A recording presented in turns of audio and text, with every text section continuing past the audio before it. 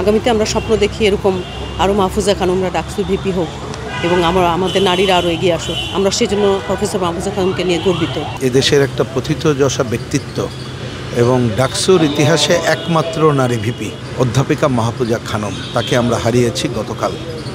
উনি এই ডাকসুর ইতিহাসে 60-এর দশকে উনি ভিপি হিসাবে দায়িত্ব পালন করেছিলেন এবং একজন ভিপি হলেন শুধুমাত্র চেয়ারে বসে থাকা না, ওই সময় যে পাকিস্তান বিরোধী আন্দোলন, আইয়ুব স্বৈরাচারের বিরুদ্ধে আন্দোলন থেকে শুরু করে সমস্ত আন্দোলনে ডাকসু নেতৃত্বের ভূমিকাও যেমন ছিল, উনি তার অন্যতম নেতা ছিলেন এবং ওই ধারাবাহিকতায় উনি ছাত্র ইউনিয়নের নেত্রী ছিলেন এবং ওই ধারাবাহিকতায় যে মহান মুক্তিযুদ্ধে, এই মুক্তিযুদ্ধে তিনি অংশগ্রহণ করেন।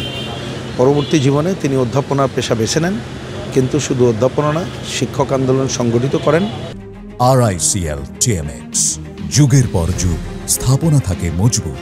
শিক্ষক আন্দোলনে দেশের বিভিন্ন সংগঠনের দায়িত্ব পালনের বাইরে বিশ্ব শিক্ষক ফেডারেশনেরও নেতৃত্বের দায়িত্ব তিনি পালন করেন।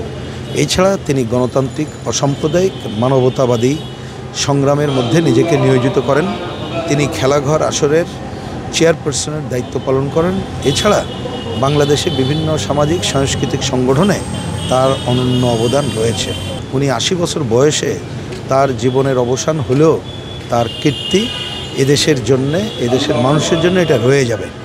আমি ওনার প্রতি শ্রদ্ধা নিবেদন করে এটা বলতে চাই, জাতি তার প্রতি শ্রদ্ধা নিবেদন করে এবং নতুন প্রজন্মের প্রয়োজন হবে তাকে পাঠ করা এবং তাকে অনুসরণ করে যদি বাংলাদেশের মুক্তিযুদ্ধ, অসাম্প্রদায়িকতা, গণতন্ত্র এবং মুক্তিযুদ্ধের যে অসমাপ্ত কাজ সমাপ্ত না করতে পারার কারণে আমাদের যে 90-এর গণঅভ্যুত্থান করতে হলো, পরবর্তীতে গত বছরও গণঅভ্যুত্থান সংগঠিত করতে হলো, তার যে আকাঙ্ক্ষা সেটা বাস্তবায়নে ন্যূনতম অবদান রাখার মধ্য দিয়েই নতুন প্রজন্ম মাহফুজা আপার প্রতি সর্বশ্রেষ্ঠ শ্রদ্ধা নিবেদন করবে, সেটাই আমার আকাঙ্ক্ষা।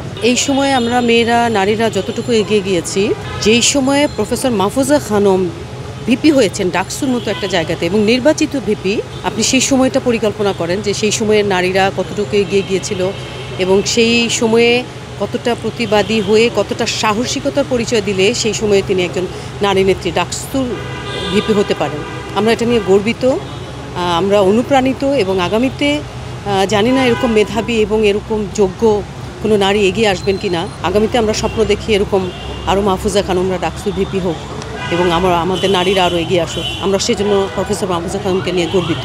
আমি যখন শাখা আসরের সেক্রেটারি তখন ওনাকে দেখতাম সংগঠনের জন্য কী ভাবছে, সংগঠনের জন্য কিভাবে কাজ করছে এবং আগামীতে বাংলাদেশের জন্য শিশুদের নিয়ে উনি কী ভাবছেন, খেলাঘরের মাধ্যমে শিশুদেরকে নিয়ে কী করতে চাচ্ছেন।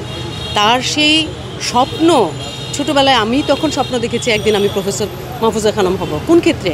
খেলাঘর নিয়ে উনি যেভাবে ভাবছেন, খেলাঘরের শিশুদের নিয়ে যে স্বপ্ন দেখছেন আগামী বাংলাদেশ গড়ার। তো আজকে আমি মনে করি আমি যদি সেক্রেটারিয়েট মেম্বার হয়ে থাকি, সেখানে ভেতরে শেকড় বপন করেছিলেন প্রফেসর মাহফুজা খানম। ওনার সাথে আত্মিক সম্পর্ক বলেন,